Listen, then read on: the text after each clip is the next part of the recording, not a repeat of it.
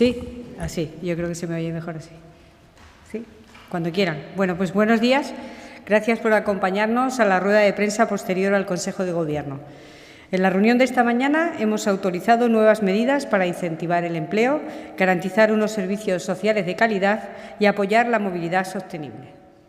En primer lugar, les anuncio que el Consejo de Gobierno ha aprobado la ampliación del plazo para pedir las ayudas a la movilidad eléctrica en Extremadura, el llamado MOVES 3.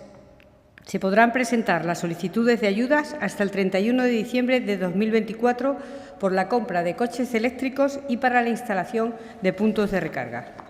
Como se ha informado desde la Consejería de Agricultura estos días, la modificación del decreto de ayudas era necesaria para ampliar el plan MOVES 3 en Extremadura. En pocos días podrán presentarse las solicitudes y se extenderán hasta final de año. La inversión para esta línea de ayuda es de cerca de 17 millones de euros.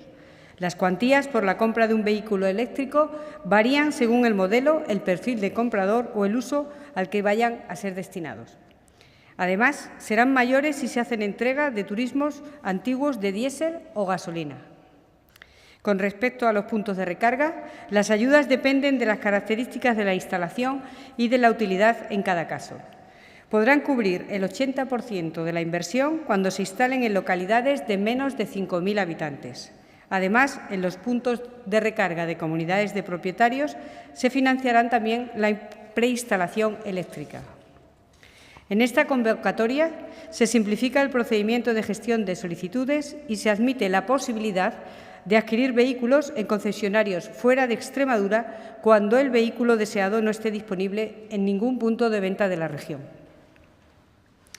En segundo lugar, les informo de las medidas adoptadas para el fomento y la consolidación del empleo en las cooperativas y en las sociedades laborales.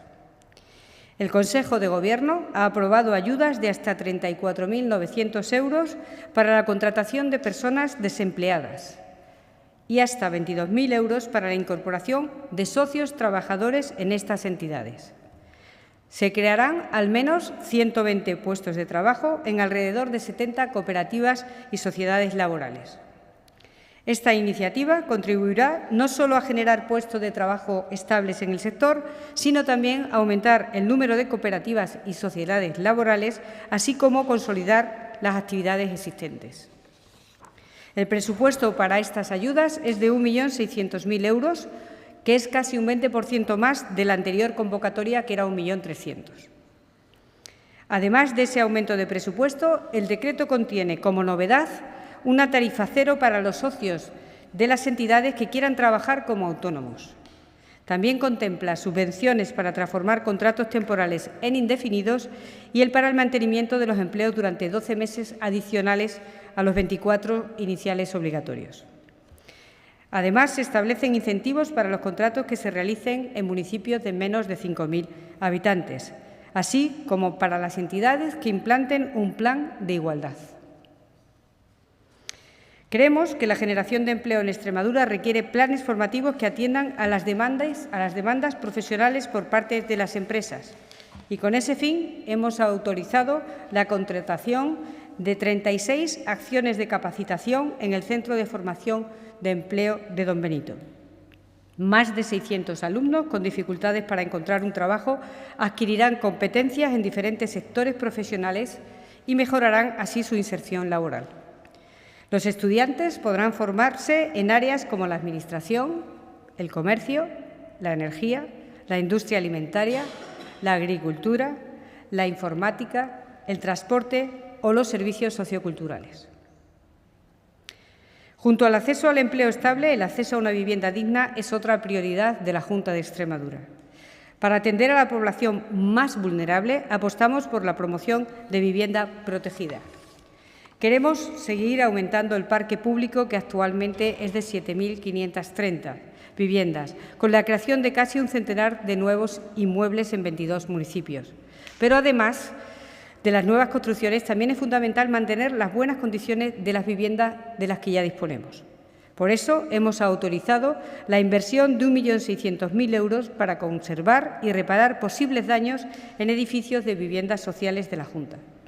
Se harán tareas de saneamiento, tratamiento de humedades, así como limpieza de solares, canalones y bajantes. Y ahora me gustaría hablarles de otra iniciativa que vamos a impulsar para seguir mejorando nuestros servicios sociales. Les anuncio que el Consejo de Gobierno ha dado luz verde a la implantación del Sistema Extremeño de Información de Servicios Sociales y la creación de la Historia Social Única en Extremadura. Un proyecto para modernizar, optimizar y acercar al ciudadano la gestión de los servicios sociales. Se trata de una plataforma digital en la que se integrarán los datos personales, familiares, económicos o laborales de cada usuario, así como las prestaciones y ayudas de las que es beneficiario. Será una herramienta de última generación que permitirá consultar y tramitar de forma ágil y centralizada toda la información relativa a los servicios sociales. Un recurso que mejorará la atención por parte de los profesionales a los ciudadanos. Con esta iniciativa evitaremos duplicidades en la gestión de los datos, retrasos en los procesos y posibles molestias a los ciudadanos por el uso de un sistema que era muy mejorable. Vamos a invertir 6,6 millones de euros en esta plataforma de información de servicios sociales y estimamos que estará completamente operativa en el último trimestre de 2025. Finalmente, he informado al Consejo de Gobierno del éxito que ha cosechado este fin de semana la Conferencia de Santiago Posteguillo, impulsada por la Junta de Extremadura en el Teatro Romano de Mérida, en una fantástica acogida por parte de la ciudadanía. Esta acción se enmarca dentro del Plan Estratégico de Fomento a la Lectura, con el que buscamos aumentar los índices de lectura de nuestra región.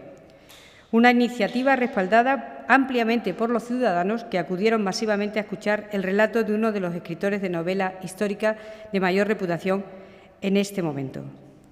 Esta conferencia, titulada Hispania en el corazón de Roma, está alineada con la estrategia de fomento a la lectura que buscamos posicionar en Extremadura. Sin más, si quieren, paso a resolverles cualquier duda, si les parece, primero del Consejo de Gobierno.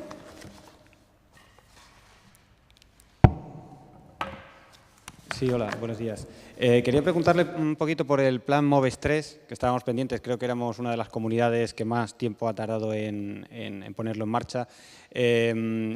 Estos 17 millones estarán, me ha parecido entender, operativos hasta el 31 de diciembre, o sea que solamente queda este trimestre para gastar estos fondos.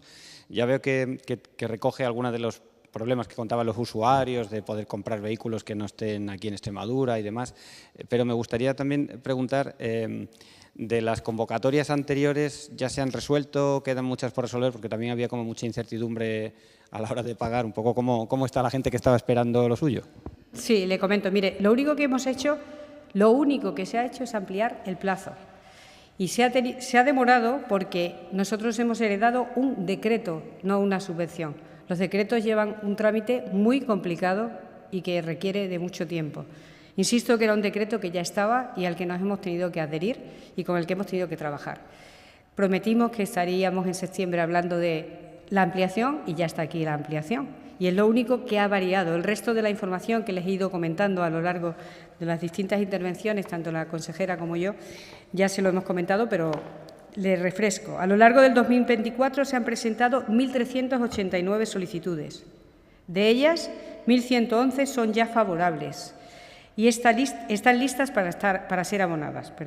En total, sumarán más de 4 millones de euros. De esos 17, estas importan más de 4 millones de euros. Ya se han pagado 194 solicitudes de ayuda por vehículo eléctrico y 97 por puntos de recarga. Y el resto o bien está pendiente de algún trámite o bien está desestimado por alguna razón. Creo que le he respondido, ¿verdad? ¿Alguna pregunta más?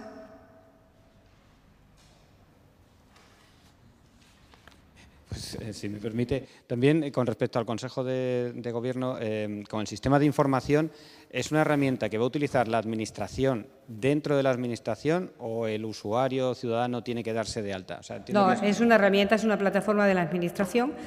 Es un éxito porque es ponerse a la altura de las circunstancias, que una persona desde que nace pueda tener toda su información en una plataforma. Les pongo un ejemplo. Nos cambiamos de a vivir de un pueblo a otro. Simplemente eso ya supone muchas veces el retraso, incluso la pérdida de toda la información cuando llegas a tu centro que necesitas que te atienda. Con esta plataforma, vivas donde vivas, estés donde estés, sea la situación que sea, van a tener los profesionales disposición de toda esa información. Y el usuario también va a poder recibir información adecuada. Es un paso muy importante en un modelo que estaba absolutamente obsoleto, desproporcionado y que había áreas que estaban de espalda unas a las otras. Muy bien. Y en otra área, en otro orden de cosas, quería preguntarle si hay fecha ya para la reunión de la presidenta de la Junta, María Guardiola, con el presidente del Gobierno, Pedro Sánchez, en esa ronda que está teniendo con presidentes autonómicos. Todavía no tenemos fecha, todavía no hay fecha. Muchas gracias. Pues nada, que tengan muy buen día. Ah, perdón, sí, dígame.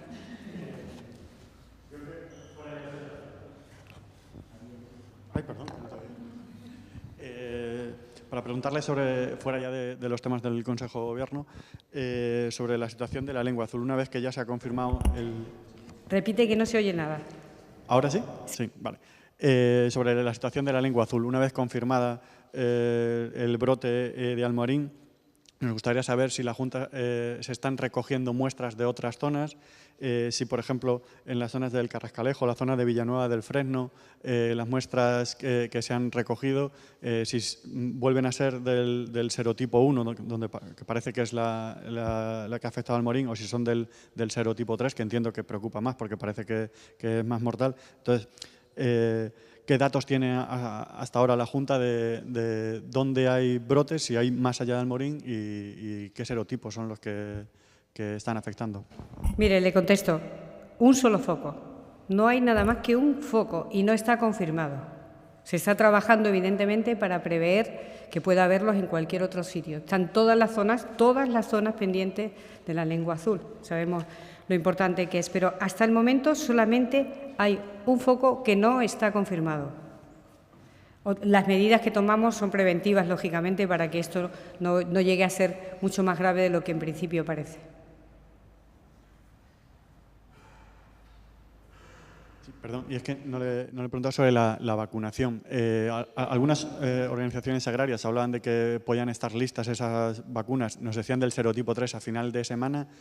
No sé si hay novedad sobre eso. Estamos trabajando sobre el serotipo 1 y se está trabajando con el Ministerio para en el momento que se pueda, que ellos puedan, porque esta vacuna es del Ministerio, podamos empezar a vacunar, como dijo la consejera que explicó ayer claramente, a todos los animales, porque tenemos que vacunarlos a todos. Solamente ahora con el serotipo 1, que es el que en principio nos preocupa y que, insisto, ni siquiera está confirmado.